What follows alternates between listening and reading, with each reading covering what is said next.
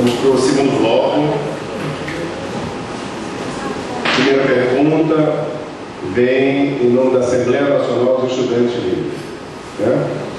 Qual o posicionamento das chapas com relação ao compromisso com a educação pública gratuita e de qualidade, tendo em vista os projetos do governo federal, Reúne, Novo PNE, que, ao nosso ver, vão de encontro com a educação que queremos?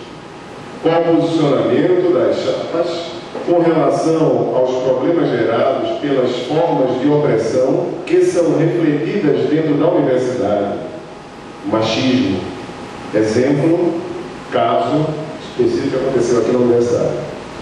Racismo, estudantes africanos e cotas raciais, homofobia. Acredito que seja segurança, agressão aos homossexuais.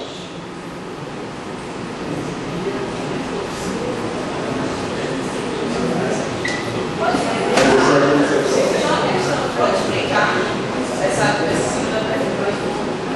Eu fiquei muito claro, eu não fiz isso. Mas o que foi?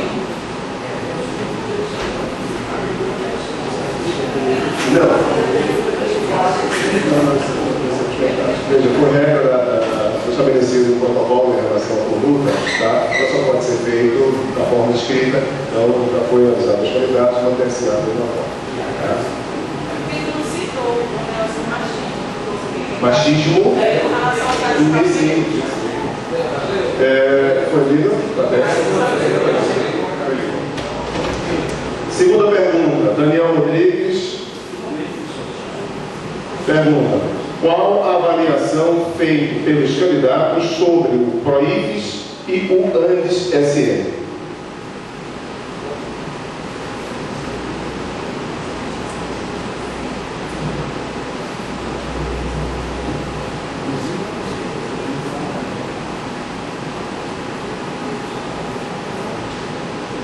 Quarta pergunta, professor Evenildo. Esclareça sobre a relação das gratificações na remuneração total e vantagens/desvantagens.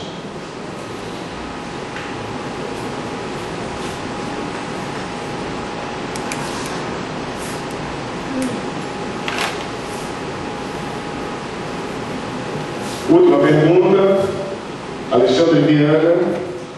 Fale sobre a autonomia da ADUFET e a relação entre a reitoria e os partidos políticos. Conforme estabelecido no processo, responderá primeiro a chapa 2. Alternando.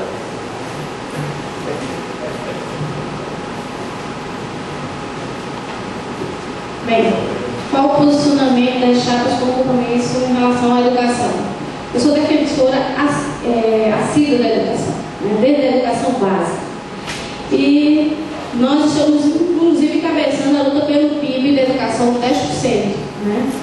Eu estava lendo recentemente sobre a questão da educação. Por que a educação nesse país não é prioridade?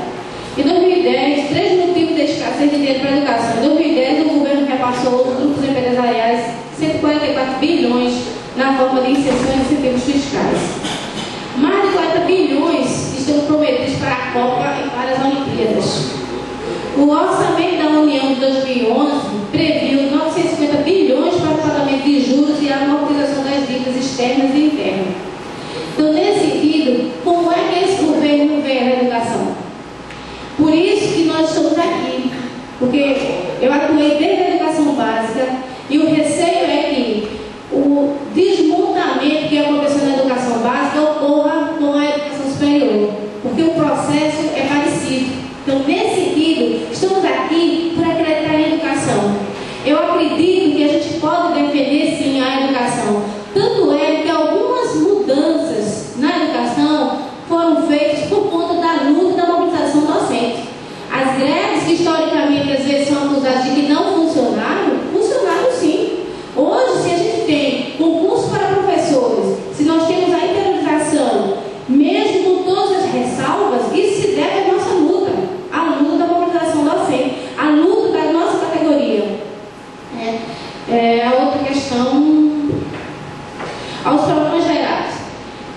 Nós somos contra qualquer tipo de discriminação, qualquer tipo de processo que possa ferir a dignidade humana, né? E para isso vamos manter debates, vamos fazer estudos, realizar análise em relação a tudo isso que ocorre na universidade. Nós vamos tentar mostrar para a universidade como um todo essas questões, o que está por trás dela, e trazendo isso como estudos, problemática, apoiar o NEAB. Eu acho que o NEAB inclusive fiquei muito triste quando a Deise me falou que a Universidade Federal de Pernambuco foi uma das últimas instituições, veja só, a ter o seu NEAB, né? Eu acho que é um avanço. Então, nesse sentido, nós pretendemos ampliar o debate, porque quando você conhece, quando você analisa, você tem uma outra postura em relação a essas questões. Em relação ao PROIFES e o ANDES, né? Atualmente, eu fui eleita recentemente para fazer parte da diretoria do ANDES, da Regional Nordeste 2, né? Inclusive, estamos tomando posse no dia 21 de junho, de 21 a 24 de junho, e evidentemente que a minha posição, eu defendo o ANDES, né?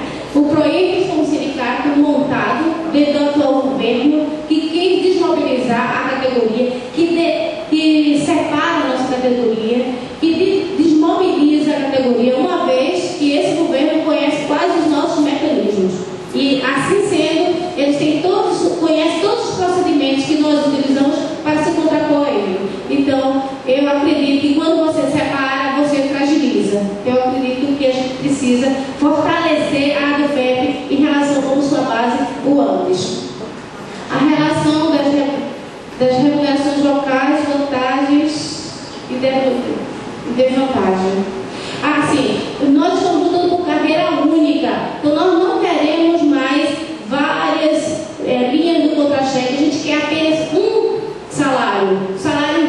salário digno, porque nós corremos o risco, quando ganhamos as gratificações, de futuramente, quando nos aposentarmos, estarmos vinculados à mercê do governo, porque gratificação não é salário. E aí, quando você se aposenta, você acaba perdendo. Se o governo de repente vai dizer assim, olha, nós vamos tirar as gratificações, como está acontecendo na Grécia, como aconteceu em Portugal, e isso vai fragilizar ainda mais. Então, nós queremos simplesmente lutar pela carreira única.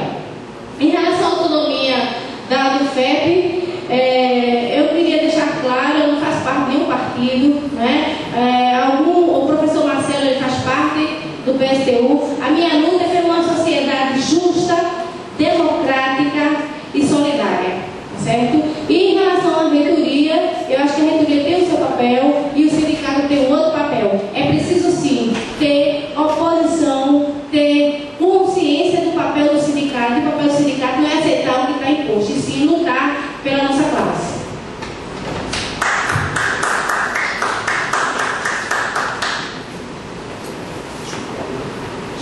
Pode responder, professor Luiz. Vou começar de trás para frente. Você está perguntando para o professor Alexandre. A autonomia da ADUFEP, caso a chapa não seja eleita em relação à reitoria, será total. Inclusive, a atual diretoria tem autonomia total. Nós fomos cobrar do reitor justamente as promessas de campanha. Tanto eu quanto a professora Regiane, que estamos aqui, candidatos de chapas diferentes, apoiamos, no ano passado, para reitor o professor Lídio. E já estive na frente dos docentes, inclusive no último conselho universitário. Não sei se é gravado as reuniões do conselho universitário, mas quem estava lá na última reunião viu que eu cobrei, professor, como conselheiro, evidentemente, as promessas de campanha do professor Lídio. Melhoria da infraestrutura da universidade, internet no caso, eu falei dessa maneira lá no conselho universitário. No caso, Vitória, não funciona a internet, os professores não têm sala de trabalho, estão todos apeados numa única sala. Em Caruaru, o acesso ao campus é um acesso precário, a internet não funciona direito e também há problemas de estrutura e de sala de trabalho para os professores. A mesma coisa acontece aqui no centro de educação, por exemplo, eu dou aula na sala número 59 do centro de educação. O ar-condicionado não funciona. Moro em Recife. Tem um ar-condicionado lá, mas não funciona. Só recentemente, ano passado, com o professor Batista, algumas melhorias, ano passado foram implantadas. Espero que continue melhorando o centro de educação. Mas é pecado que professores sem educação precisa ser equipe. O sem educação, o CAC, que estão sem sala de trabalho também. Então os problemas não são só no Vitória e Caruaru. Nós temos problemas aqui no campus Recife e temos que enfrentar e cobrar do reitor as promessas de campanha. Já estamos fazendo isso e nós vamos cobrar ainda de maneira mais forte que ele cumpra os compromissos que ele assumiu com a gente ano passado. Professor Emilio, uma linha no contra-cheque. É isso que nós defendemos. Linha única no contra-cheque. Nesse aspecto nós estamos de acordo. É isso que a Chapa 1 defende. A avaliação que a gente faz sobre PROIFs e ANDES. A gente entende que o ANDES, nós estamos vinculados ao ANDES e assim continuaremos. Agora, nós não somos carneirinhos dentro do ANDES ou dentro do Congresso do ANDES, que eles arrebanham as pessoas para votar nas propostas da diretoria, quando é um assunto polêmico, um assunto importante, assunto de interesse de um determinado grupo dentro do ANDES. A gente tem uma postura crítica, uma postura autônoma dentro do ANDES. Inclusive, a gente tentou, por 2 vezes consecutivas, montar uma chapa de oposição ao ANDES, chapa 2. A primeira vez nós não conseguimos um número de pessoas.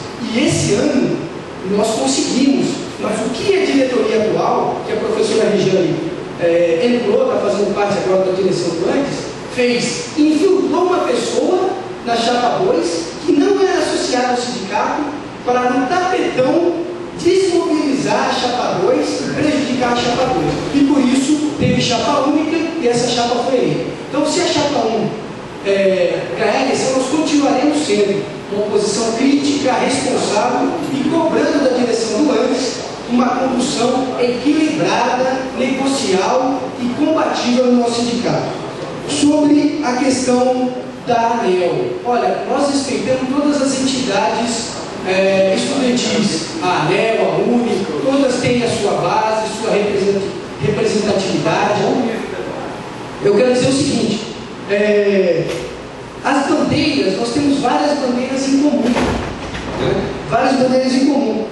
Não haverá nenhuma nota desse sindicato, caso a chapa 1 seja eleita, não haverá nenhuma nota que se coagule ou que entenda que o machismo, a homofobia ou a falta de segurança é algo que tem a lugar comum. Nós somos contrários ao machismo, é evidente. Há leis já na nossa sociedade que condenam o machismo, a violência contra as mulheres. Homofobia é crime. A falta de segurança tem não só no campus, como fora do campus também. É evidente que a gente tem que propor soluções para dentro do campus da UFPE e para a sociedade. E tenham, caso a chapa 1 seja eleita, mais um grupo de companheiros combativos em relação a todas as formas de opressão social.